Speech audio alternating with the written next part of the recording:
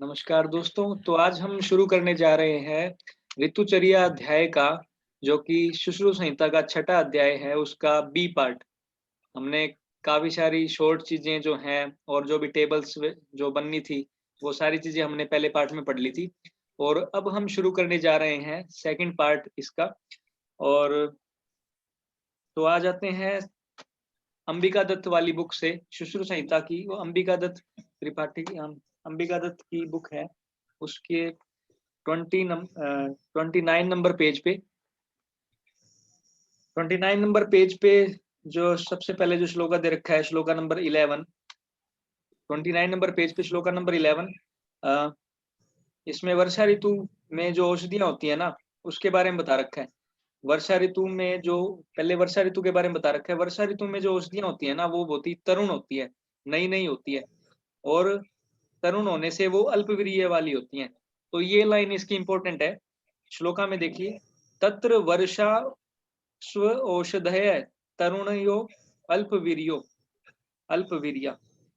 वर्षा स्व औषधय वर्षा स्व औषधय तरुणयो अल्पवीर्य। ये लाइन इस श्लोका की इंपॉर्टेंट है। इससे भी क्वेश्चन उठ जाता है। तो वर्षा ऋतु में जो औषधियां डेवलप होंगी वो तरुण होंगी, नई होंगी और अल्पवीर्य वाली होंगी। वर्षा स्व औषधय तरुण अल्पवीर्य। नेक्स्ट बताया जा रहा है हेमंत ऋतु में। हेमंत ऋतु के बारे में बताया जा रहा है। हेमंत ऋतु में किस प्रकार की औषधियां होंगी? ताव ता एव औषधय काल परिणामात परिणत वीर्या बलवतियो हेमंते। यानी एव औषधय, यानी हेमंत ऋतु में जो औषधियां होती हैं, काल परिणाम से, काल परिणामात, काल परिणाम से परिणत वीर्या, जो वीर्य से जो परिपक्व हो जाती हैं, काल परिणाम से वीर्य से परिपक्व हो जाती हैं हेमंत ऋतु में जो औषधियां होती हैं। और बलवतियो हेमंता हेमंते, और बलवान हो जाती हैं हेमंत ऋतु में। ठीक है, ये लाइन इसकी इंपॉर्टेंट है श्लोका की, श्लोका नंबर 12 की। ठीक है, और बाकी आप देख सकते हैं खुद से ही।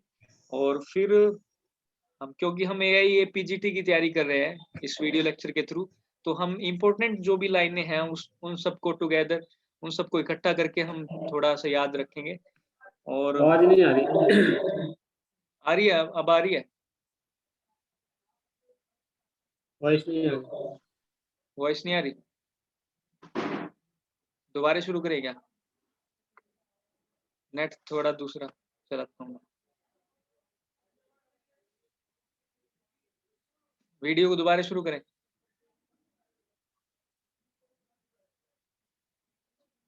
आ रही है क्या अब?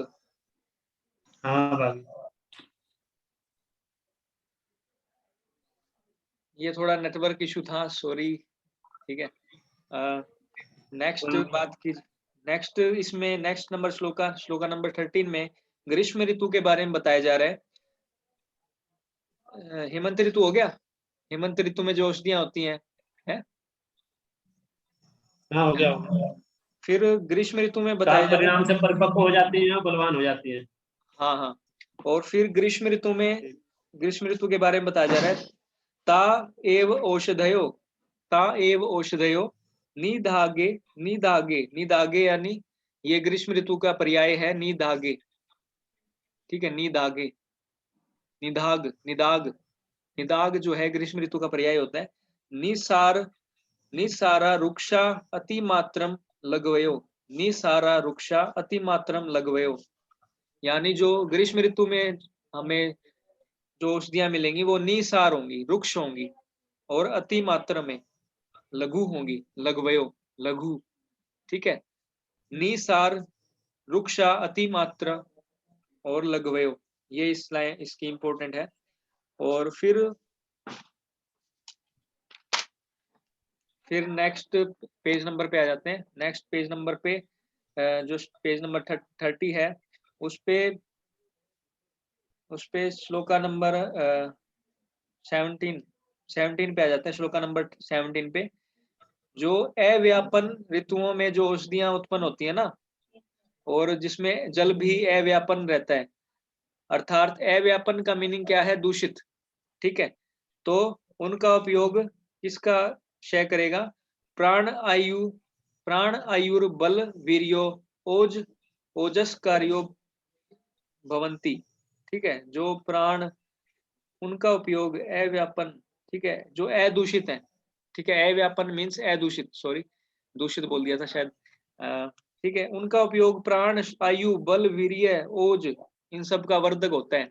ठीक है, तो ये श्लोका इंपॉर्टेंट है। प्राण आयु बल वीर्य ओजस करियो भवंती, जो अव्यापन ऋतु में जो, ठीक है, अव्यापन ऋतु और अव्यापन जल से जो उत्पन्न हुई है, अदूषित जल से जो औषधियां उत्पन्न होती हैं, वो काफी प्राण आयु बल ऊर्जा को प्रदान करने वाली होती हैं। फिर बात की जाए 19 नंबर श्लोका। हम ऐसे श्लोका के ऊपर जंप कैसे क्यों कर रहे हैं? क्योंकि हमने प्रीवियस जो लेक्चर था उसमें जो हमने जो श्लोका है, जो प्रीवियस इन बीच जो भी श्लोका इनके बीच में आ रहे हैं ना, उन श्लोका को पढ़ लिया था।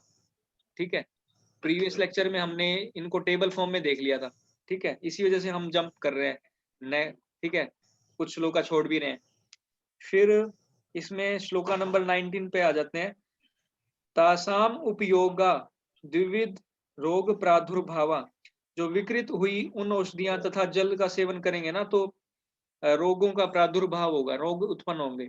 और ये मरक की संज्ञा दी है, मरको वा भवेदिति, मरको वा भवेदिति, ये इंपॉर्टेंट है इसमें। मरक यानी जनपद उद्वंश। ठीक है, मरक यानी जनपद उद्वंश का पर्याय है मरको वा भवेदिति, ये लाइन इंपॉर्टेंट है। ठीक है, और फिर आ जाते हैं सीधा श्लोका नंबर 22। जनपद उद्वंश की शांति के लिए क्या करेंगे? जो अदूषित जो औषधियां हैं, अदूषित जल है, ठीक है, जनपद उद्वंश हो गया है, तो उसकी शांति के लिए ये कुछ कर्म बता रखे हैं। तत्र स्थान परित्याग शांति कर्म प्रयाश्चित मंगल। ठीक है, स्थान परित्याग बता रखा है, सबसे इंपॉर्टेंट है स्थान परित्याग। ठीक है, स्थान परित्याग चरक में कहा बताया है? स्थान परित्याग चरक में जनपद उद्वंश में ही बताया है स्थान परित्याग। और इस जनपद उद्वंश एक अध्याय था जो कि शारी स्थान में था शायद। ठीक है, जनपद उद्वंश अध्याय में बताया चरक में। और काश्यप में स्थान परित्याग कहाँ बताया है? काश्यप में अमलपित की चिकित्सा में, अमलपित की चिकित्सा में काश्यप जी ने स्थान परित्याग बताया है। अमलपित की चिकित्सा में काश्यप जी ने स्थान परित्याग बताया है। ठीक है, इसमें और भी कर्म बता रखे हैं, जैसे जप होम उपहार, ठीक है, यज्ञ अंजलि, जो अंजलि नमस्कार। एसिडिटी, क्या अमलपित? हाँ, अम्लपित से मतलब एसिडिटी हाँ, में काश्यप ने बताया कि जगह ही छोड़ दो। स्थान परित्याग देखो क्या बताया, हो जाएगा। कुछ ना कुछ तो होगा जो काश्यप भी बताया। वो काश्यप जी थे भाई। वो हम काश्यप संहिता में देखेंगे, काश्यप संहिता पढ़ेंगे तो अभी इतना ही ध्यान रख लो। हो ठीक है, सकता है कि उनका ये मानना हो कि वहाँ पे जो जनपद ध्वंस के टाइम पे जो भी मतलब जल है वायु है ये विकृत होंगी उसकी वजह से अम्लपित हो रहा होगा, तो जगह छोड़ दो तो जल वायु शांत हो जाएंगी, उसकी वजह से अम्लपित भी शांत हो हाँ हाँ, जाएगा। हो सकता है कि जनपद उद्वंश से अगर अमलपित उत्पन्न हो रहा है, ठीक है, वहां की जल वायु उनसे अगर अमलपित उत्पन्न हो रहा है, तो उसमें स्थान परित्याग बताया होगा। कभी कभी होता है ऐसे घर में पुराना नल हो तो नल से मतलब जो बोरवेल वाली होती है नल, हाँ हाँ हाँ हैंड पाइप, कहीं कहीं होता है उसका पानी उस जगह पे गंदा आता है, फिर वही छोड़ के 10 फीट 15 फीट इधर उधर कहीं नया बोरवेल कराते हैं ना हैंड पाइप, तो उसका पानी सही आ जाता है। हाँ मतलब हाँ एक तरह से स्थानीय परित्याग हो गया वो जल के लिए तो। हाँ हाँ हाँ, सही बात है। ठीक। और फिर आ जाते हैं सीधा ही श्लोका नंबर 24 पे। तो ये कुछ कर्म बताए थे, स्थान परित्याग, जप होम उपहार मणिमंगल जो भी है, ठीक है, यज्ञ वगैरह बताए थे। और इसमें एक प्रणाम भी बता रखा है, बदंजलि प्रणाम भी बता रखा है। ठीक है, और फिर इसमें हेमंत ऋतु पे आ जाते हैं सीधा, श्लोका नंबर 24 देखेंगे। इसमें दिशाएं इंपॉर्टेंट आ जाती हैं, दिशाएं जो हैं इस श्लोकाज में अब इंपॉर्टेंट आ रही है।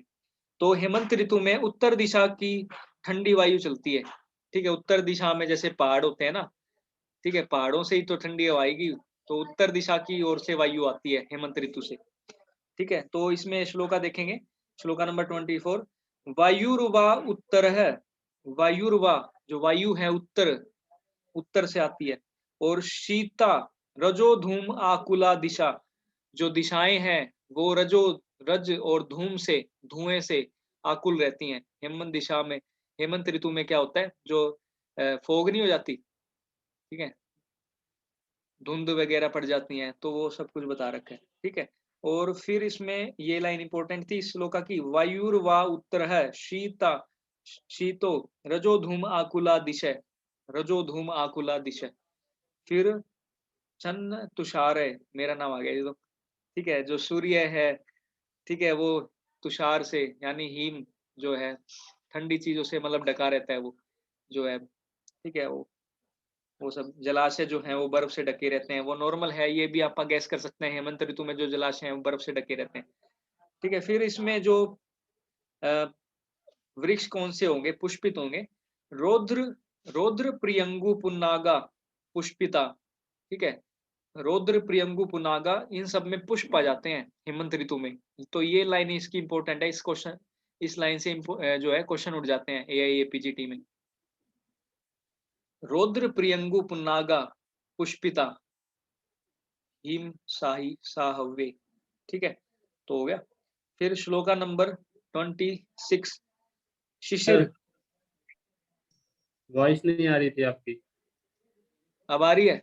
आप रुद्र रुद्र प्रियंकु से वापस स्टार्ट करो, वॉइस नहीं आ रही थी, गैप था हाँ बीच। हाँ, रौद्र प्रियंगु पुन्नागा। ठीक हम्म। है, इन सब में पुष्प आ जाते हैं, रौद्र प्रियंगु पुन्नागा पुष्पिता। ठीक है, फिर बात की जाए शिशिर ऋतु में, शिशिरे, श्लोका नंबर 26, शिशिरे शीतम अधिकम, यानी शिशिर ऋतु में शीत अधिक होता है। वात वृष्टे आकुलय दिशा, और जो हेमंत ऋतु में हमने क्या देखा, रजो धूम आकुलय दिशा, और इसमें क्या देख रहे हैं शिशिर ऋतु में, वात वृष्टे आकुल दिशा। ठीक है, वात वृष्टि वायु और वर्षा से, ठीक है, व्याकुल होगा, व्याप्त रहेगी। ठीक है, दिशाएं। और शेषम हेमंतवत, जो शेष जो लक्षण होंगे वो हेमंतवत होंगे। ठीक है, और यानी शीतम अधिकम वात वरिष्ठ आकुल दिशा, वात वरिष्ठ वर्षा से आकुल गई। फिर बात की जाए वसंत ऋतु। ठीक है, वसंत ऋतु में श्लोका नंबर 29 देखें, श्लोका नंबर 29, इसमें दिशो वसंते विमला, यानी जो दिशाएं होंगी वसंत ऋतु में विमल होंगी, यानी दूषित नहीं होंगी। ठीक है, और काननेर रूप शोभित है, यानी जो वन उपवन होंगे वो शोभित होंगे। किससे शोभित, किससे होंगे, किंशुक अम्भोज बकुल अचूत अचूता अशोक आदि पुष्पितई। किंशुक यानी पलाश कमल बकुल, ठीक है, आम्र अशोक। ठीक है, आम्र अशोक से सुशोभित होंगे वृक्ष। ठीक है, इनके पुष्प से सुशोभित होंगे वसंत ऋतु में। वसंत ऋतु में क्या होता है, पुष्प आते हैं, ठीक है, नए नए पत्ते आते हैं। ठीक है, तो ये जो प्लांट्स के नाम है ना, ये बहुत ही इंपॉर्टेंट है, ये पूछ लिए जाते हैं एआईएपीजीटी में। किंशुक, भोज, बकुल, अचूत, अचूत यानी मतलब जैसे आम्र का पर्याय है, और अशोक आदि पुष्पितई, वसंते विमला काननेर उपशोभिता। ठीक है, और इसमें जो वायु है वो किस दिशा से चलेगी, दक्षिणा अनिल संविता, यानी दक्षिण दिशा की, दक्षिण दिशा से। ठीक है, उत्तर दक्षिण, दक्षिण दिशा से वायु चलेगी। ठीक है, वसंत ऋतु में। और सुमुखा पल्लवो पल्लवो उज्ज्वला, यानी नए नए भूरे लाल कमल कोमल पल्लव। ठीक है, सुमुखा, सुमुख वाले, पल्लव यानी पत्ते, नए नए पत्ते आ जाते हैं ना, पल्लवोज्ज्वला। ठीक है, दक्षिण अनिल संबिता, दक्षिणा अनिल संबिता, ये श्लोका की इंपॉर्टेंट लाइन है, 30 नंबर श्लोक है ये। ठीक है, और फिर आ जाते हैं ग्रीष्म ऋतु पे। ठीक है, ग्रीष्म ऋतु में श्लोका नंबर 31 देखें, ग्रीष्मे तीक्ष्ण अंशुर आदित्यो, यानी जो ग्रीष्म ऋतु है उसमें जो सूर्य की किरणें हैं वो तीक्ष्ण रहती हैं। ठीक है। मारुतो नैच्छृतो सुख है। ठीक है, यानी मारुत जो है वो भी जो है वो अ, हवा जो है वो निश्रित दिशा से कष्टदायक पवन चलता है। ठीक है, वायु इससे किस दिशा से चलेगी? नैच्छृत्य, नैच्छृत्य दिशा से। ठीक है, ठीक है, नैच्छृत दिशा, ये दिशाएं इंपॉर्टेंट है इसकी। नैच्छृत दिशा से ग्रीष्म ऋतु में चलेगी। और फिर श्लोका की लाइन है, भूस भूस्तप्ता सरिस सरितस्त तनवयो। जो भू है ना, भूमि, वो तप्त, गर्मी में क्या होगा, भू जो है वो धरा जो है वो गर्मी से तप्त होएगी, तपी हुई होएगी। और जो सरिताएं हैं, नदियां हैं, वो पतली हो जाएंगी। ठीक है, सूखने लग जाएंगी धीरे धीरे। सरितस्त तनवयो दिशा प्रज्वलित इव, दिशाएं हैं वो अग्नि की ज्वाला की समान प्रज्वलित होंगी। दिशा प्रज्वलिता इव। ठीक है, फिर भ्रांत भ्रांत चक्रा, ये लाइन इंपॉर्टेंट है, एआईएपीजीटी में पूछ ली जाती है। भ्रांत चक्रा हव्या बगुला पय पान आकुला मृगा। ठीक है, भ्रांत चकवर, चकवड़ और जो चकवी है। ठीक है, भ्रांत चक्रा हव्या उगला, यानी चकवड़ और चकवी जो है वो दोनों जो है वो भ्रांत भ्रांत में पानी की तलाश में घूमते रहते हैं। ठीक है, प्यासे घूमते रहते हैं। और जो मृग हैं वो भी पानी की तलाश में घूमते रहते हैं। ठीक है, वॉइस आ रही है? ठीक है, ये अनस्टेबल हो गया था नेट जो है। ठीक है, ये लाइन इंपॉर्टेंट है, भ्रांत चक्रा व्याकुला पे पानुआकुला मिर्गा। और फिर इसमें और एक वर्ड इंपॉर्टेंट है श्लोका में, 32 नंबर श्लोका, विपर्ण अंकित पादपा, यानी विपर्ण अंकित पादपा, यानी पेड़ के जो पत्ते हैं ना वो झड़ जाएंगे इस ऋतु में, ग्रीष्म ऋतु में। विपर्ण अंकित पादपा, विपर्ण अंकित पादपा, पेड़ों के जो पत्ते हैं वो झड़ जाएंगे। और फिर प्राविट ऋतु की बात की जा रही है। प्राविट ऋतु में क्या होगा, ये श्लोका नंबर 34, इसकी लाइन इंपॉर्टेंट है। इसमें प्राविट ऋतु में कौन सी दिशा से वायु आएगी? पश्चिम दिशा से, पश्चिम दिशा से वायु जो है प्राविट ऋतु में, प्र से पश्चिम, पै से पश्चिम, पै से प्राविट, प्राविट ऋतु से जो हवा जो है वो आएगी। ठीक है, और फिर इसमें क्या चीज इंपॉर्टेंट है श्लोका नंबर 34 में, शक्र गोप ज्वला मही, यानी शक्र गोप जो जो छोटे छोटे इंसेक्ट्स होते हैं वो प्रावृत ऋतु में बाहर आने लग जाते हैं, लाल लाल जो होते हैं, लाल लाल देखे होंगे आपने, शक्र गोप, जो गोप बोलते हैं जिनको, वर्ष जो बारिश का मौसम हो जाता है वो बाहर निकलने लग जाते हैं। शक्र गोप ज्वलामही। ठीक है, ये शक्र गोप वगैरह, इंद्र बहुटी, वीर बहुटी वगैरह बोलते हैं इनको, ये उज्जवल, ये आ जाते हैं, निकलने लग जाते हैं। और कौन से पेड़ सुशोभित होने लग जाते हैं? कदम्ब, कदम्ब, कदम्ब नीप कुटज सर्ज केतकी भूषिता, यानी कदम्ब नीप कुटज सर्ज केतकी से भूषित रहती है। ठीक है, ये सब जो है, इन सब से जो भूमि है वो सुशोभित रहती है। ठीक है, कदम्ब नीप कुटज सर्ज, ये प्लांट्स के नाम भी इंपॉर्टेंट है। ठीक है, फिर बात की जाए वर्षा ऋतु की। प्राविट के बाद कौन सी ऋतु आएगी? वर्षा ऋतु। अब ये चैप्टर धीरे धीरे कंप्लीट होने पे आ रहा है। ठीक है, तो थोड़ा सा धैर्य जमाए रखें। तो प्रोथ, इसमें इंपॉर्टेंट लाइन है, प्रोथफुल कुमुद नील उत्पल विराजिता। वर्षा ऋतु में कौन से होंगे? कुमुद उत्पल नील, कुमुद नील उत्पल विराजिता, यानी ये सब कमल की वैरायटीज हैं। वर्षा ऋतु में सारी कमल की वैरायटीज आ जाती हैं, कुमुद नील उत्पल विराजिता। ठीक है, तो ये लाइन इंपॉर्टेंट है। और भूर व्यक्त स्थल अश्वभरा बहुशस्य उपशोभिता, यानी जो पृथ्वी है, भूर व्यक्त स्थल अश्वभरा, ठीक है, जो भूमि है वो घास से ढकी होती है। और जो विद्यमान जो घास की जो गड्ढे होते हैं वो सब घास से भर जाते हैं। ठीक है, जो स्थल होता है, भूमि होती है। और बहुशस्य उपशोभिता, यानी बहुशस्य, शस्य मीन्स धान्य, अनेक प्रकार के धान्यों से सुशोभित हो जाती है, ठीक है, जो धरती होती है। तो ये लाइन इंपॉर्टेंट है, बहुशस्य उपशोभिता, ठीक है, किस ऋतु से पूछा गया है, किस ऋतु में बताया गया है, तो ये सब क्वेश्चन उठ जाते हैं। और फिर शरद ऋतु की बात की जाए, भब्रू, श्लोका नंबर 37, भब्रू उष्ण, उष्ण है शरद अर्कय, यानी सूर्य जो है वो पिंगल वर्ण का, भब्रू वर्ण का, ठीक है, शरद ऋतु में भब्रू वर्ण, भब्रू उष्ण है शरद अर्कय, भब्रू सूर्य जो है पिंगल वर्ण का हो जाता है, उष्ण हो जाता है, ठीक है। और फिर इसमें कौन सी लाइन इंपॉर्टेंट है, श्लोका नंबर 38 पे आ जाए। इसमें ये लास्ट लाइन जो है श्लोका नंबर 38 की, बाण सप्ताहव्य बंदूक, बंदुकाश, बंदुकाश असन विराजिता, ठीक है, बंदूक काश असन विराजिता, ठीक है, बाण सप्ताह, इसमें जो कौन से पौधों से सुशोभित हो जाती है, बाण सप्ताह, सप्ताह बंदूक काश, ठीक है, कुश काश नहीं होते, काश असन विराजिता, ये लाइन इंपॉर्टेंट है।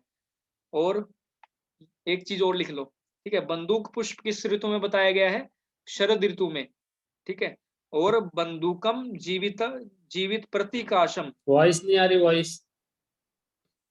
अब आ रही है, हेलो, नहीं आ रही, अब आ गई।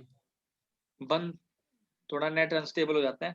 तो बंदूक पुष्प शरद ऋतु में बताया गया है, ठीक है। और बंदूक जीवित, बंदूक जीव प्रतीकाशम, आ रही है आवाज, आवाज आ रही है, बंदूक, आ रही बंदूकम जीव, बंदूकम जीव प्रतीकाशम, ये किस में बताया गया है, रक्तज अधिमंद में, ये लाइन इंपॉर्टेंट है, नोट डाउन कर लो चाहे, बंदुकम जीव प्रतीकाशम, रक्तज अधिमंद में बताया गया है, बंदुकम जीव प्रतीकाशम।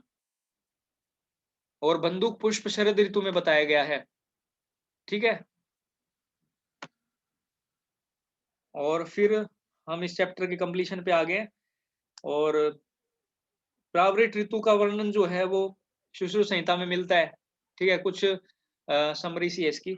और जो सुश्रुत ने ना, चरक वाग्भट और काश्यप के अनुसार जो हंसोदक बताया गया है ना, उसका वर्णन नहीं किया सुश्रुत ने, हंसोदक का वर्णन हमें सुश्रुत संहिता में नहीं मिलता। और फिर चरक सुश्रुत ने षड ऋतु की जो गणना है ना, वो शिशिर ऋतु से स्टार्ट की है दोनों ने, ठीक है। चरक सुश्रुत ने जो ऋतुओं की जो गणना है वो शिशिर ऋतु से स्टार्ट की है। और ऋतुचर्या का वर्णन जो है वो हेमंत ऋतु से प्रारंभ किया है, ठीक है। गणना जो है वो शिशिर ऋतु से, और जो वर्णन है वो हेमंत ऋतु से स्टार्ट किया है, ठीक है। तो ये चैप्टर हमारा फिनिश होता है। बाकी लास्ट जो श्लोका है उसकी भी लाइन इंपॉर्टेंट है, श्लोका नंबर 40 की, हरेद वसंते श्लेष्माणम, यानी वसंत ऋतु में श्लेष्मा का, जो श्लेष्मा का जो है वो प्रकोप वसंत ऋतु में होता है ना, तो जिस ऋतु में प्रकोप होएगा उस ऋतु में तो उसका हरण होएगा। वो हमने टेबल फॉर्म में देख लिया था प्रीवियस लेक्चर में। हरेद वसंते श्लेष्माणम पितम शरदी निहरियेत, पित्त का जो निहरण है वो शरद ऋतु में निर्हरण करेंगे। और वर्षासु शमेद वायुम, ठीक है, वर्षा ऋतु में किसका शमन करेंगे, वर्षासु शमेद वायुम, वायु का शमन करेंगे। पितम शरदी निहरियेत, पित्त शरद ऋतु में पित्त का निर्हरण करेंगे। और हरेद वसंते श्लेष्माणम, वसंत ऋतु में श्लेष्मा का निर्हरण करेंगे। तो ये हमारा चैप्टर फिनिश होता है। काफी टाइम लगाया हमने इस चैप्टर पे, पर फिर भी टाइम लगाने से क्या होता है कि जो चैप्टर हमें क्लियरेंस होती है, क्लियरेंस आनी चाहिए। एग्जाम में क्या होगा, क्लियरेंस आनी चाहिए, ठीक है। एग्जाम दे भी रहे हैं ना, भले ही एग्जाम में सिलेक्शन हो चाहे ना हो, हमें क्लियरेंस हमारे आनी चाहिए कॉन्सेप्ट हमारे। क्लियर होने चाहिए। टाइम, हाँ, टाइम टाइम कितना भले भी ही लग ज्यादा जाए, लग जाए, कॉन्सेप्ट क्लियर होने चाहिए। हाँ, कंसेप्ट क्लियर होना चाहिए, ठीक है। तो क्योंकि अगर धैर्य से, क्वेश्चन थोड़ा सा भी घुमा के पूछ दिया तो वहां पे कॉन्सेप्ट ही काम आएगा, ना कि रटी हुई चीजें। हाँ हाँ, कंसेप्ट होना चाहिए, ठीक है। जितना हम प्यार से पढ़ेंगे, धैर्य के साथ पढ़ेंगे ना, उतना ही क्लियरेंस आएगी, ठीक है। तो धैर्य के साथ जुड़े रहें। बिल्कुल बिल्कुल। और बहुत टाइम है अभी लगातार अपने पास। हाँ, और समय भी है। ठीक है, ओके, कल मिलते हैं नेक्स्ट आवाज नहीं आ लेक्चर के रही साथ। सर आपकी, ओके, नेक्स्ट लेक्चर के साथ मिलते हैं कल। आवाज नहीं आ रही लास्ट टाइम। चलो कोई नहीं, वॉइस नहीं आ रही, वॉइस नहीं आ रही, वॉइस नहीं आ रही, वॉइस नहीं आ रही, कोई नहीं, बाय, वॉइस नहीं टाटा। आ रही। टाटा, कोई नहीं, बाय। ओके ओके, ठीक, ओके बाय।